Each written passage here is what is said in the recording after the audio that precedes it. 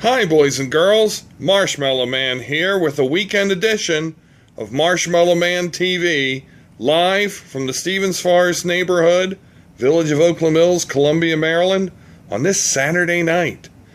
The crime log heads Marshmallow Man TV this evening for this weekend, the second weekend in 2014.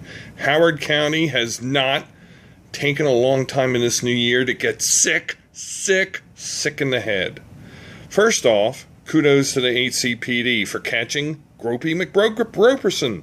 We remember McGroperson during the summer and into the fall, been groping women on Howard County's pathways, highways, and byways. Well, it looks like the HCPD have caught their man, and I say, good for you, HCPD. There's no truth to the rumor that McGroperson is being recruited to run for House of Delegates in District 9A. On the second story, more on Mr. Sykes, the teacher who apparently likes his porn. It's a little bit curious how I saw a story on WBAL 11 this morning that this guy's had a number of charges within the last couple of years. How come that hasn't been noticed by the school system? I'm thinking very possible he didn't report the charges to the school system, and the Howard County Police nor the judiciary have a obligation to report charges to a person's employer. In fact, legally, I don't think that they can. So I'm thinking that may be the loophole there. But I did think about that this morning, boys and girls, and one of my commenters, in fact, my only commenter, today on the Twitter, made mention of this. So we'll see more about this as it develops. Locally, a couple stories I want to comment on. First, CA board has approved a new lake management plan, $9 million over 5 years to fix the lakes. Hopefully, $9 million over 2 to 3 years, I believe 3 years, to work on the lakes. Hopefully, this will prevent any costly dredging in the future. I like this plan, and I hope that it works. The dredging is a mess. It yucks up a lake for a long time. It makes it very unpleasant to go to, and I'm hopeful that this is a little bit of a saner way to approach taking care of CA's bodies of water, the lakes and the ponds and the streams. Also, the Long Reach Village Center. The proposed purchase of the Long Reach Village Center and redevelopment of same by the Howard County government. I'm cautiously optimistic. I'm really going to have to withhold my full thoughts on this until I see what the county's plans are. I'm hopeful that this is not the white flag of surrender for the Long Reach Village Center. I'm open to the concept of it being a mixed-use development with retail and business and homes, but we will see.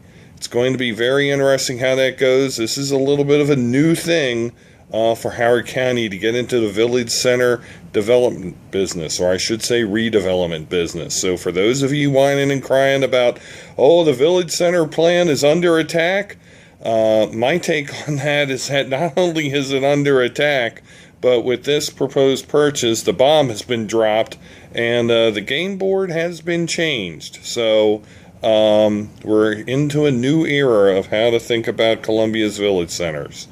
A couple things I want to end up on a lighter note.